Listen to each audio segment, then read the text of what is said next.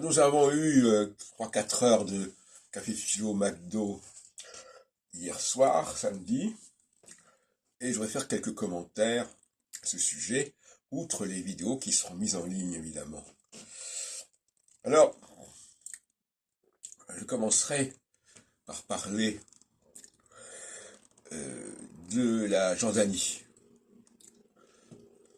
La Jordanie, le mot Jordanie vient du mot Jourdain. Le Jourdain, c'est un fleuve qui a donné son nom à la Jordanie, et qui est un fleuve qui traverse, qui coupe, qui est symétrique entre la Jordanie et la Cisjordanie, la Jordanie et Israël.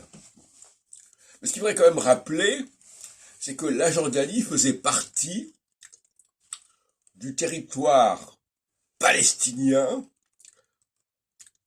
qui devait être consacré dans le cadre de la Société des Nations à l'instauration d'un foyer juif dans cette région. Et alors, il y a eu deux partitions.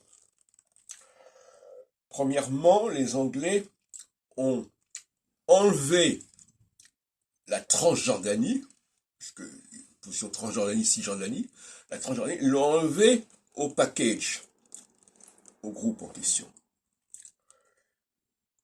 Je crois que je vais dire 1920, 30, 20, 30. Donc déjà, il y a eu une première partition. Et une deuxième partition en 1947, où l'on a dit, ah oui, mais la partie qui reste de l'autre côté, donc la Cisjordanie au sens large du terme, pas au sens étroit qu'on a actuellement, eh bien, elle aussi, elle va devoir faire partie elle devra être le fait d'un partage. Donc, il y a eu un second partage qui a conduit à ce qu'on appelle aujourd'hui l'État d'Israël d'un côté et la Cisjordanie de l'autre côté. Bon. Alors, cela dit, comme vous le savez, en 1947-49,